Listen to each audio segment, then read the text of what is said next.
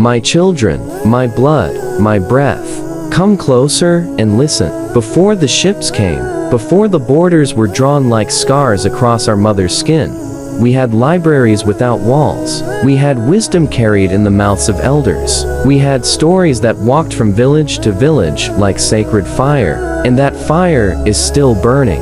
But tell me, whose stories are you feeding your spirit with?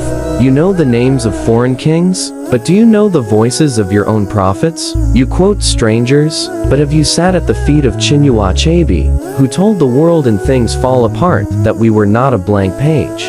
Do you hear the cry of Nguwa Thiong'o, who fought for the soul of our languages? Have you felt the thunder in the words of Ama Ata Aidoo, who wrote our women not as shadows, but as sons? My children, when you refuse to read your own authors, you silence your ancestors. When you open the books of Wole Soyinka, you are not just reading ink on paper, you are entering a shrine of resistance. When you read Chimamanda Ngozi Adichie, you are reclaiming your narrative from the single story that tried to cage you.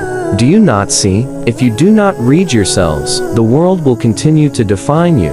For too long, Africa has been described with the language of pity, but our writers speak with the language of dignity. They remind you that before colonization, there was civilization. Before exploitation, there was innovation. Before distortion, there was identity. When you read African authors, you begin to remember who you are. You remember that your name has meaning, that your skin is not a curse, but a covenant, that your history did not begin in chains. Reading African authors is not just an academic exercise. It is an act of liberation. It is resistance. It is healing. It is self-discovery. My children, if you do not drink from your own river, you will die of thirst beside it. Support your writers. Buy their books. Teach them to your children. Let their stories sit in your homes like honored guests. Because every page written by African hands is a brick rebuilding the house that was broken. Stand tall. Read your own. Know your own. Tell your own. For a people who know their story can never be erased. Rise and read.